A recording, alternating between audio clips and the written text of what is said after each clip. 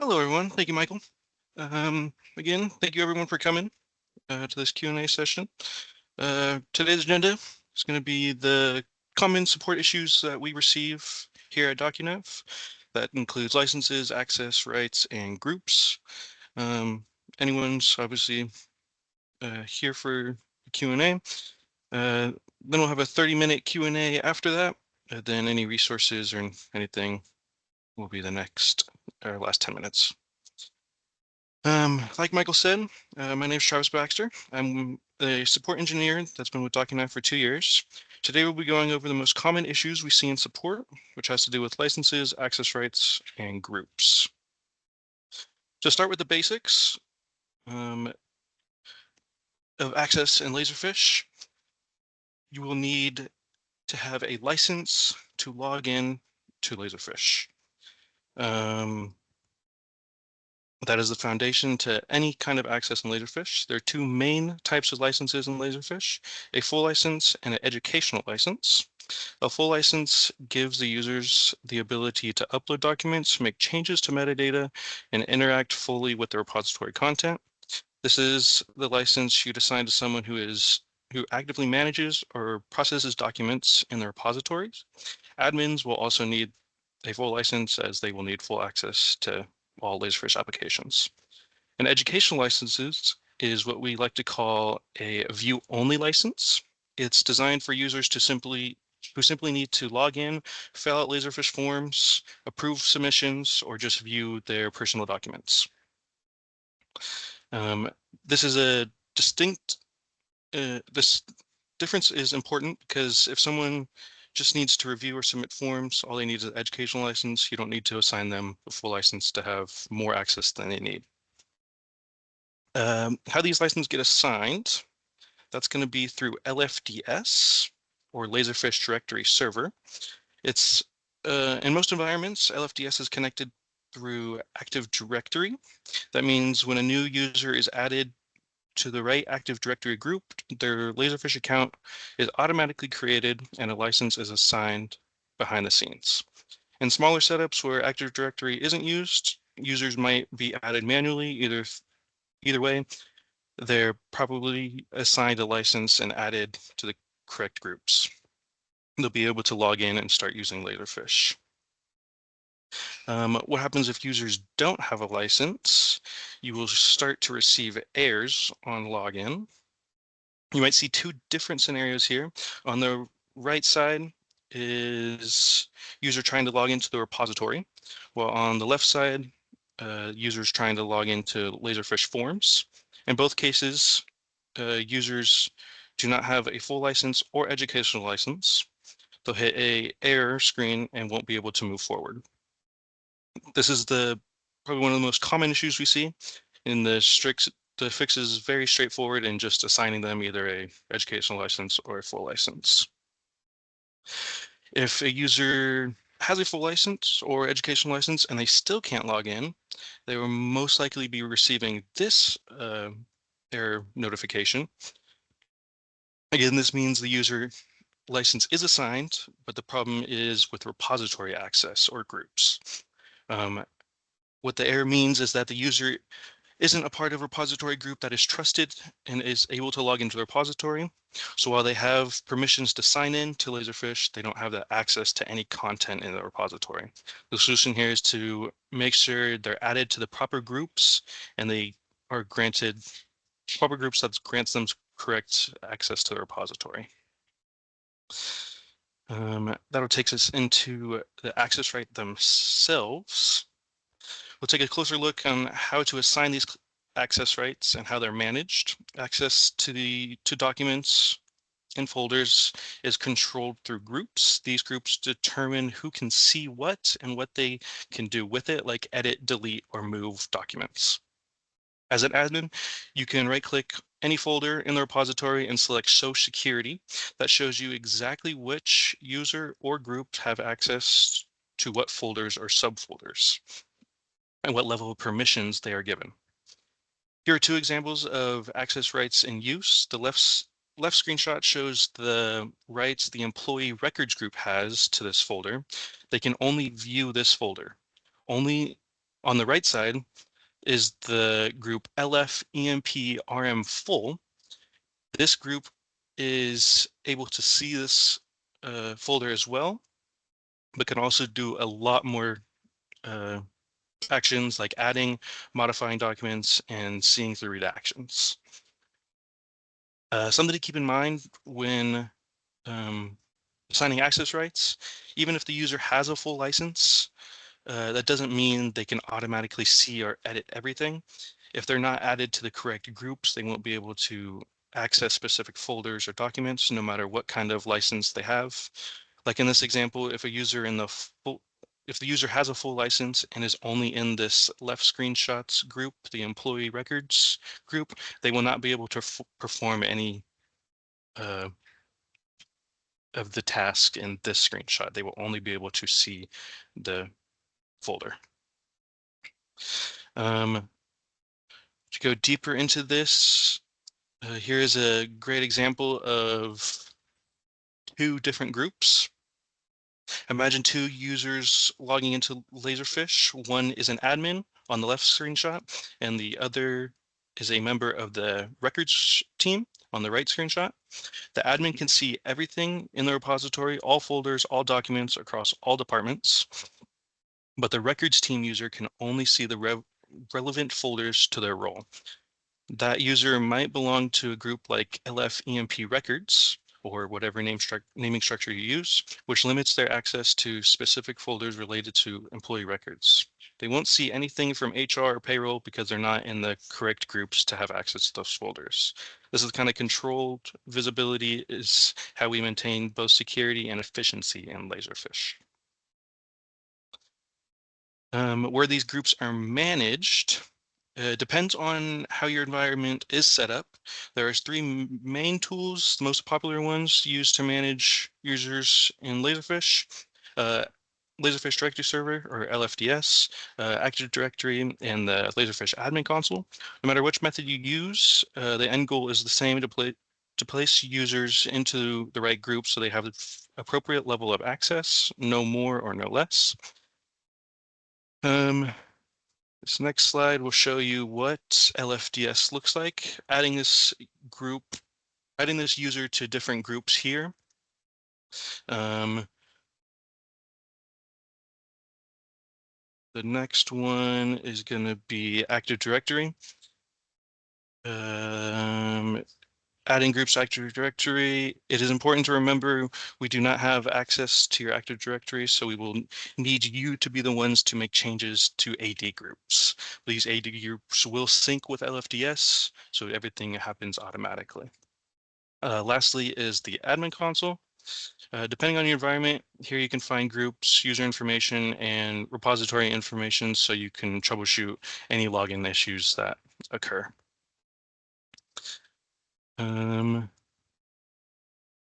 That is about it. Summary, after today's session, you should be able to have a better understanding of licenses, access rights, and groups. With a solid understanding of these topics and how they work together, you can avoid most access-related issues in Laserfish and quickly troubleshoot anything new that comes up. If you have any specific questions about your environment regarding permissions, adding users or groups or licenses, please reach out to our support team at support@docunav.com or call us at the number on the screen. You can also reach out to your CSM to schedule one-on-ones to follow up with them. Other than that, we can open it up to the Q&A session about any general questions you have about licenses, access rights, and groups. Thanks, Travis. It looks like Audra here has a question. How do we control the time of the sync between AD and LFDS? That'll be in LFDS itself. So there will be settings in LFDS that you can go to, settings, identity providers, and you can set up a timer that runs nightly, hourly. I've seen it be 15 minutes before, but it's usually nightly. Usually 2 a.m. is usually when they run. Great. William is asking, how do we log into the LFDS website? That's going to be for admins mostly. So usually your Laserfish administrators usually going to be the only one to have access to that. or a Laserfish service account. Um, Only again the admins have access to the Laserfish directory account, but only admins can log in. No users can log into that. Pedro here. There's also a sync that needs to happen between LFDS and your forms portal. Can you talk more about that? And Yes, I'm not sure if so he was, oh, go ahead. oh, if you go into Forms as an admin, you'll see a drop down on the right side. Um, can actually show you most likely. Let's see here. 1 second.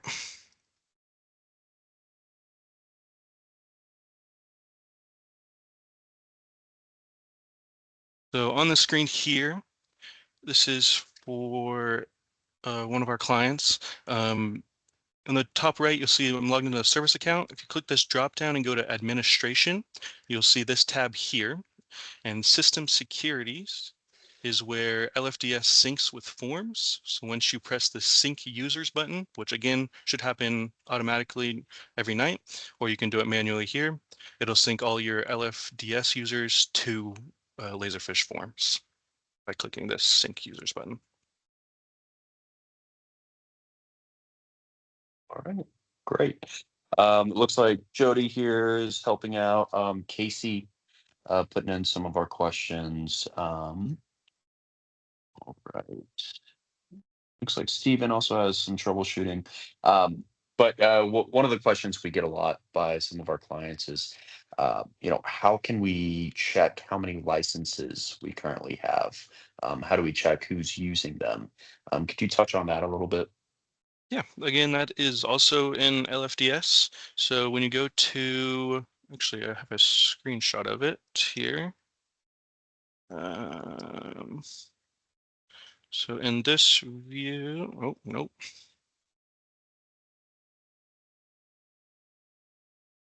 So when you log into LFDS, this is what it's going to look like.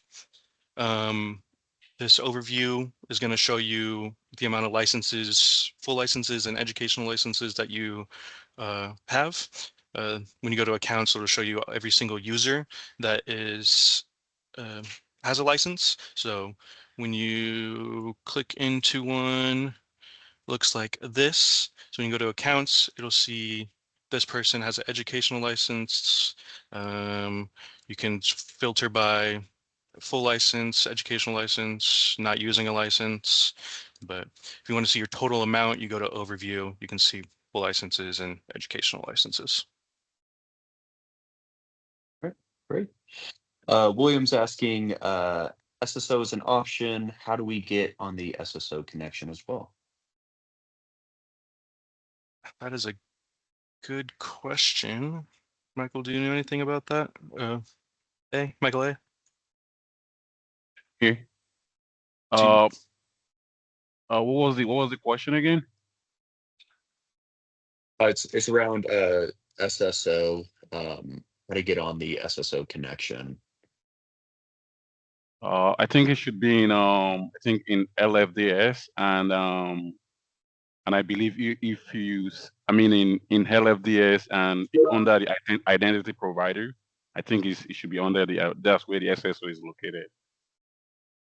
And if you guys are interested in looking at the SSO option, it is something that your CSM can help you with and get that scoped out. Awesome. Thank you, Casey. Um, and Travis, I'm not sure if this is something you want to address here. It looks like Stephen Curry was asking around a specific issue that he had. I'm going to go ahead and say, Stephen, we can reach out to you via email yeah, um, for any like specific yeah. troubleshooting questions. And you can always reach out to support at Dallas ISD or support at Talking Out Solutions, sorry, to get any more questions answered. Yeah, another question that we get quite often, what is the best practice for granting temporary access to auditors or different contractors that that you might have? Again, depends on your environment, but giving them as little access as you can, I want to say. Don't give them full access to everything. Give them view access to whatever they need, but um, understanding what groups will give them those view access. It's going to be different for every environment, for every client, it's going to be different, but giving them just view access, educational license, and then any view groups would probably be the best practice there.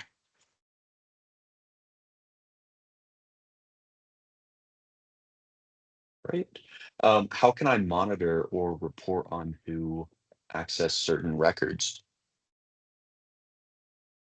That will be through Audit Trail, which I'm sure we'll have another info session about Audit Trail, but you can see who logged into repositories, who accessed what documents, if they deleted it, if they modified it, if all that kind of, when they last logged in, when they last logged out, you can see all that information. We didn't go over Audit Trail here, but that's all stored in Audit Trail if you have that set up.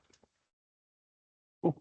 Yeah, I see John here in the chat. I create shortcuts to items for auditors and move the shortcuts to separate folders. Um, It's a that's great helpful, way as John. well. Thank you. Awesome. Right. Another question we get often, what's the best way to manage permissions for large departments, kind of that scale? Um,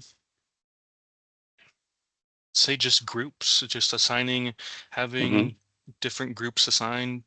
Uh, so let's give an example. Let's say there's 3 different groups. One's say moderators or admins. One's a like an editing one where they can move and edit metadata, and one is a view. Is usually the best way to set it up, and then putting the important people in the admin group, the people that only need view in the view group, and just assigning, spacing it all out so you know what access is given where. So people aren't given more access than they need, so that they're deleting folders that they shouldn't be or anything like that. But I'd say creating separate groups and knowing Mhm. the rights to those groups is the best way to deal with big uh, orgs. Awesome. How do I prevent users from accidentally deleting or moving documents? Perfect. So that's exactly what these groups are used for. In the screenshots here, you'll see that this employee records group is only has view access. So this person can only see this folder and that's it. If they were part of any other groups, let's say like this LF EMP RM full, they would be able to view, add, modify. This one doesn't have delete, but they would be able to delete. So as long as they're not a part of a group that has this delete allowed, they will not be able to delete any folders um, or I shouldn't say any. They wouldn't be able to delete this employee records folder. It's going to be uh, different for this group can be assigned to this entry only, or this group can be assigned to this folder, subfolders, and any documents. So it goes all the way down the chain to every single document in the repository, or you could just have it for this entry. So you just have to check the access rights and make sure that this employee records group or whatever group they're a part of doesn't have delete allowed, which they shouldn't by default. But that's the best way to do it. Stacy here in the chat asks, how do you easily see all groups? Also, what is the best way to view all users in a particular group? Um, Again, it's going to be dependent on your environment.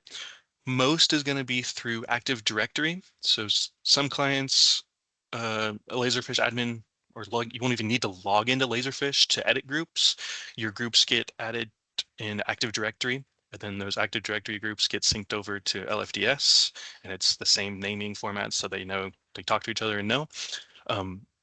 But to see all of them, you would have to go into Active Directory if you use that, or if you don't use that, you might just use the Laserfish administration console, which is this screenshot here.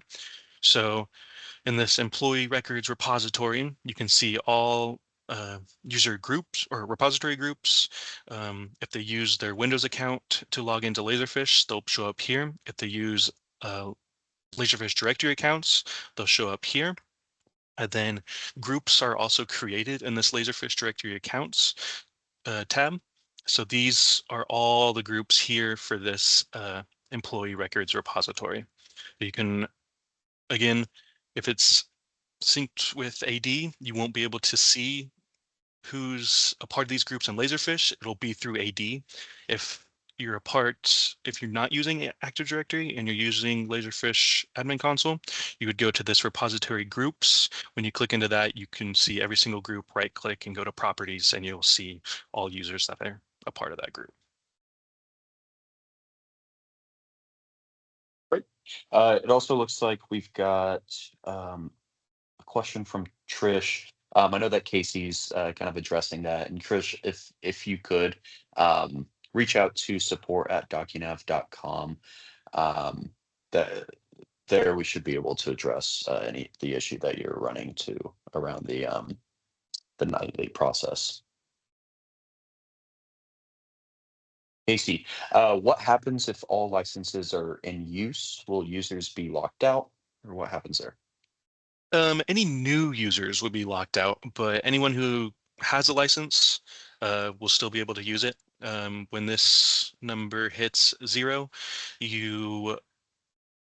the new users that are trying to sync into LFTS won't be able to sync, and they'll get this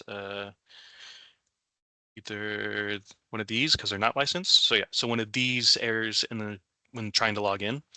But if you do hit 0, you can reach out to your CSM and talk to them about getting licenses added.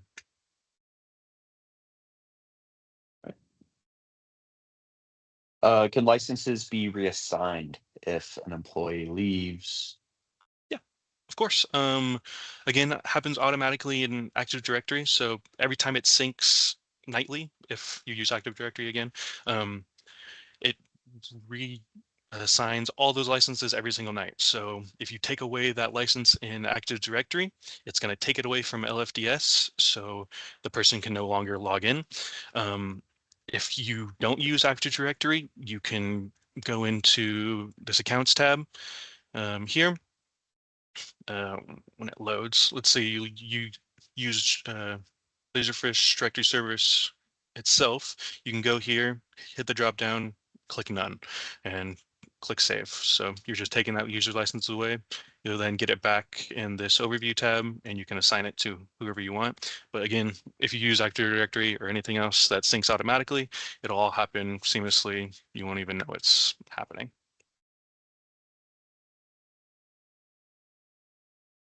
All right, we've got Stacy in the chat. Right now, we manually manage our full license users. As we grow, is there a way to use an AD group to automatically assign a full license? Yeah, of course. In the settings here, go to identity providers. This is where the sync is ran. So your Active Directory is syncing with LFDS. You can create rules here that if these ones aren't created for this account, but if a user is a part of a certain AD group, let's say LF underscore full license, then assign them full license. If they're assigned to the AD group LF underscore or educational license, assign them an educational license, and that will all get synced automatically through AD and LFTS every night. But because you do them manually right now, all you have to do is uh, reassign them here in the accounts tab. Is there a way to receive a notification when AD sync has failed? That's a good question. I don't know. It would I know there is a notification if you go to the event viewer logs, but I'm not too sure if there's a way to get a notification when it does fail. It'll come here in this eye and you'll see failed or success. So I'm not too sure if there's a notification though. Michael, do you know if Michael A, do you know if there's any notification? I'm not sure if there's a notification, but the best, the best place to check is the event log. Whenever the sync fails, you should be able to view the logs, and you'll be able to see the error message in the event logs. And I think that's the only, that's the best way to to see the notification for now. And we can also I can also check in with our solution, with our solutions team to see if there's a way to get a notification, then we'll keep you updated if there's any way to get a notification.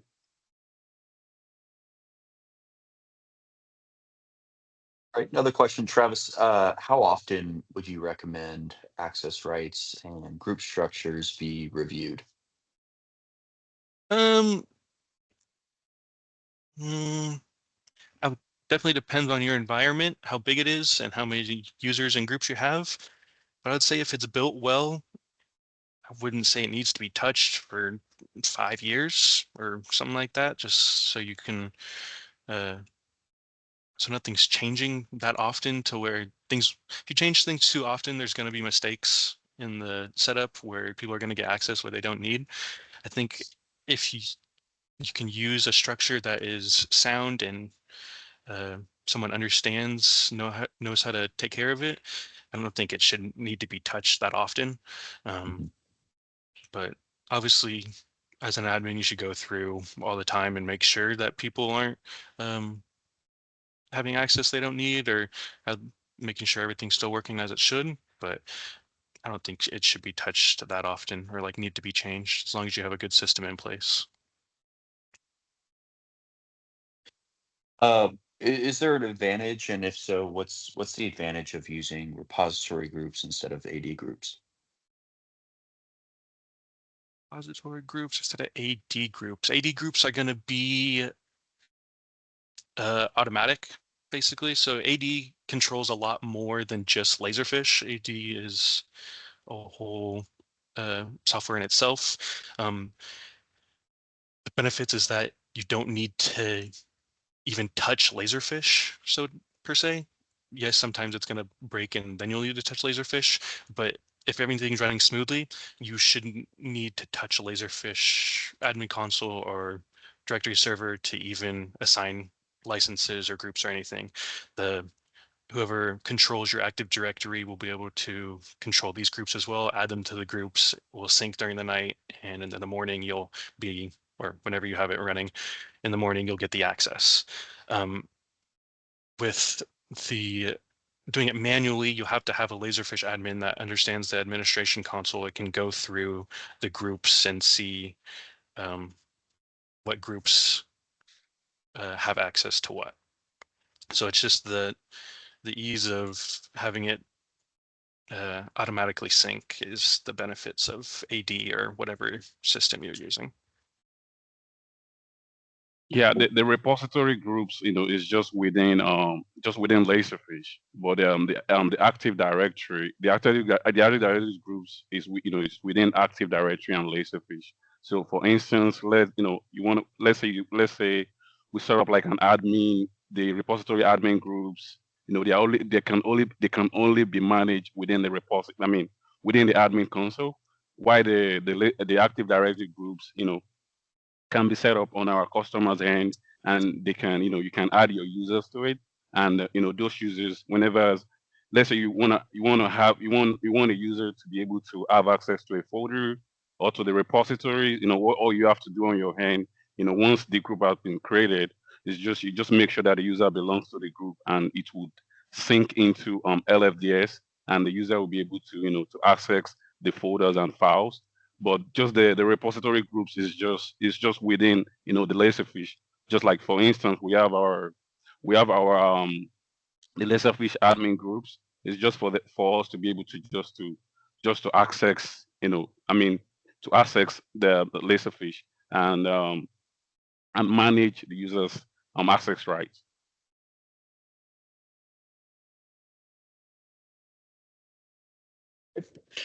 Pedro is asking, in LFDS, can you explain how groups are most commonly used? Are there systems created or default groups when you're starting out? No, you'll need to create those groups yourself. So in this accounts tab, you'll see a group. Oh, sorry. In this accounts tab here, you'll see this groups tab as well. You'll need to create these groups here, which will then get created in this screenshot here. And then once you add these groups to the access rights tab in the repository, which gives them the add, move, modify, all that, you'll be able to start assigning these groups in LFDS to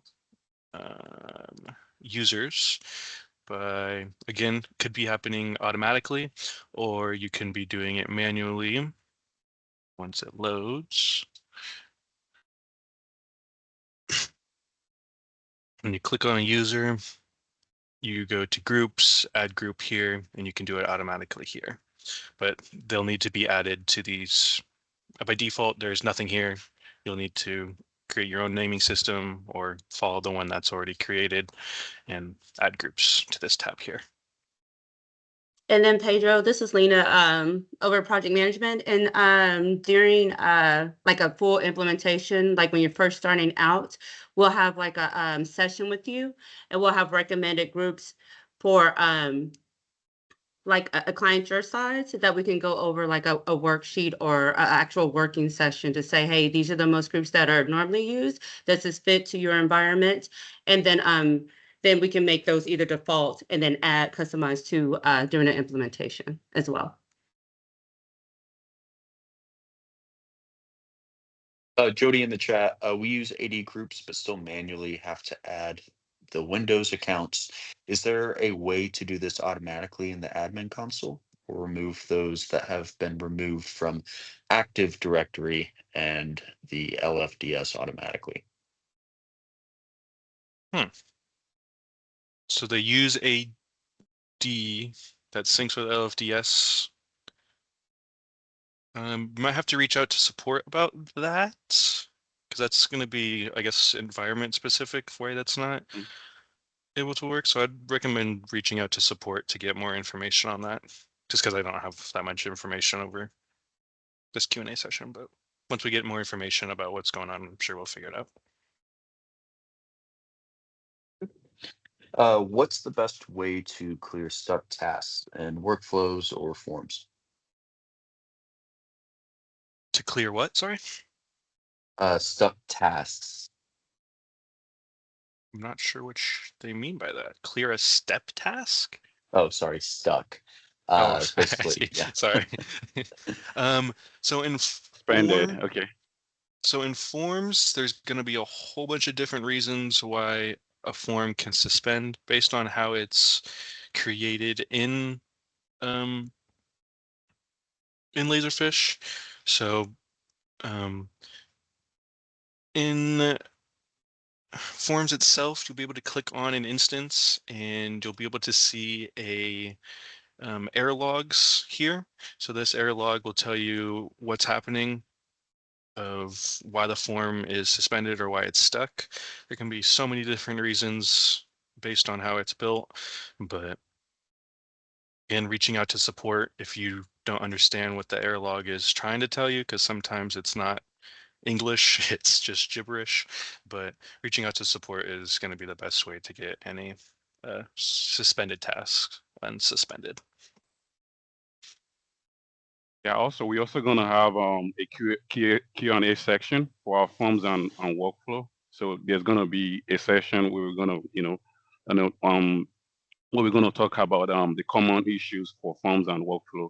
So maybe next time we can, we'll be able to address, provide you an example and address workflow and forms issue. Stay tuned for that here in the future. We've got Stefan here in the chat.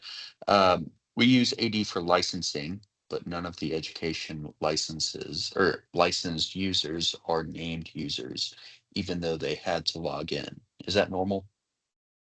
I'm gonna assume when they say named users, they mean this tab here. So in forms, um, again, this is where you sync forms users to LFDS.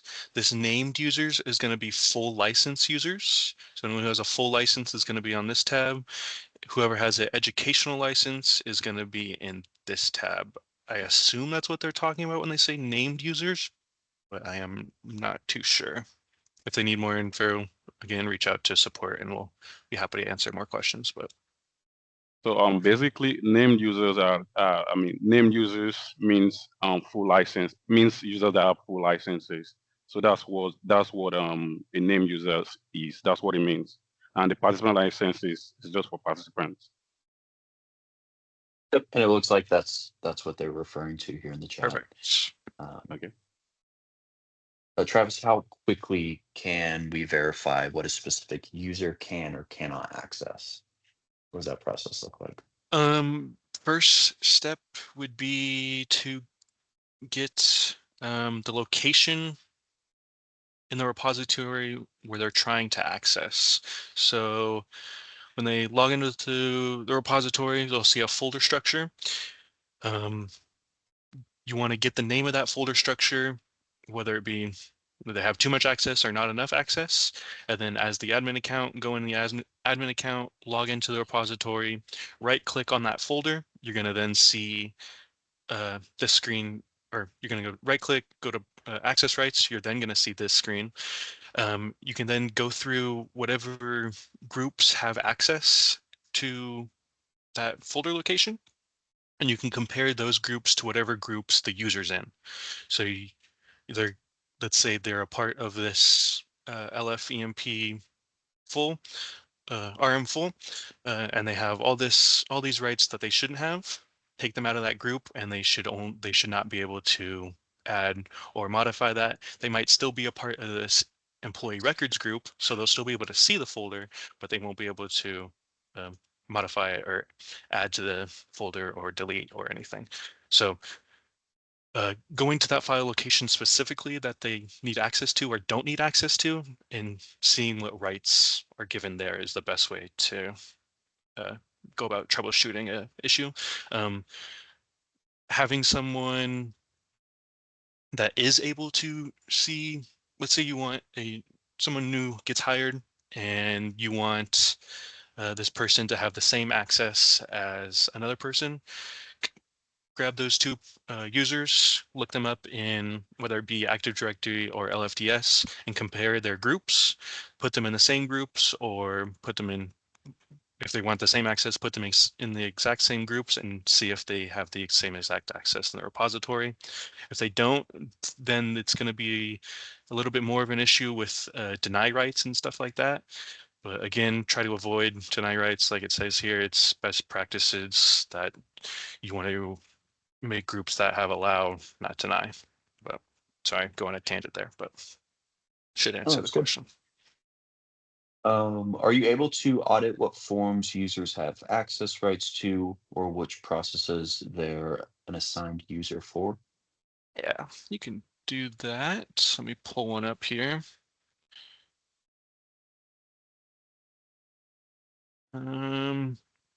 So in the forms designer, this is where you're gonna create forms and adjust the process diagram and the forms themselves.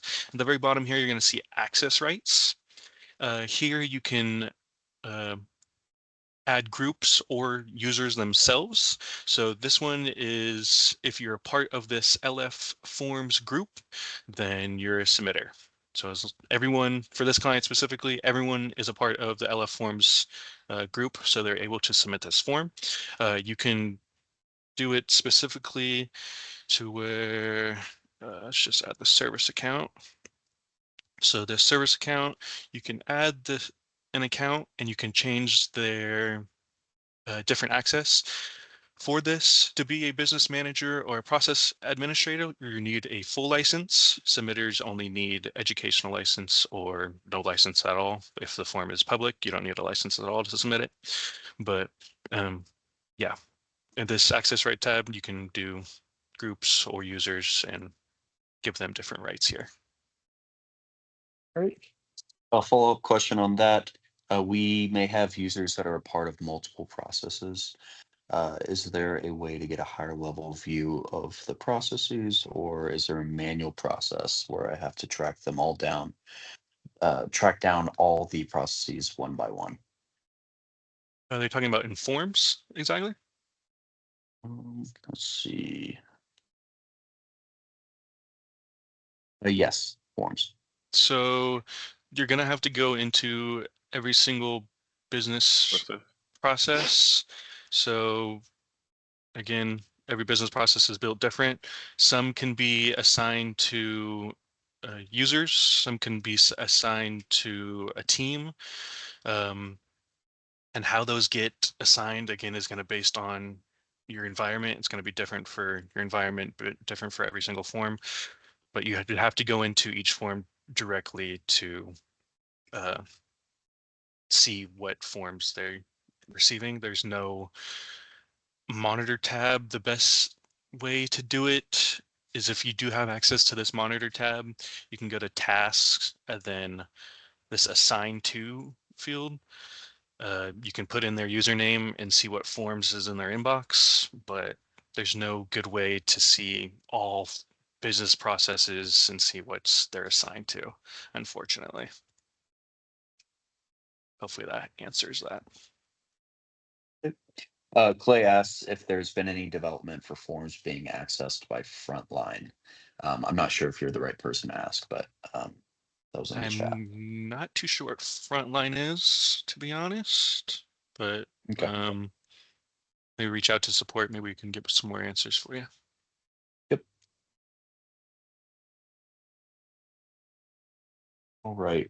We're coming up here on time, so if there are any, last questions, please make sure to get them into the chat. Other than that, if there aren't any other questions, Travis, do you have anything else prepared or I do not. or okay. Just again, if you have any other questions, reach out to support. We're always here to help answer any questions or fix any issues that you have. Again, you can schedule one-on-ones with your CSM or give us a call, support at the number here. Our next Q&A, I'm not sure if it's scheduled yet.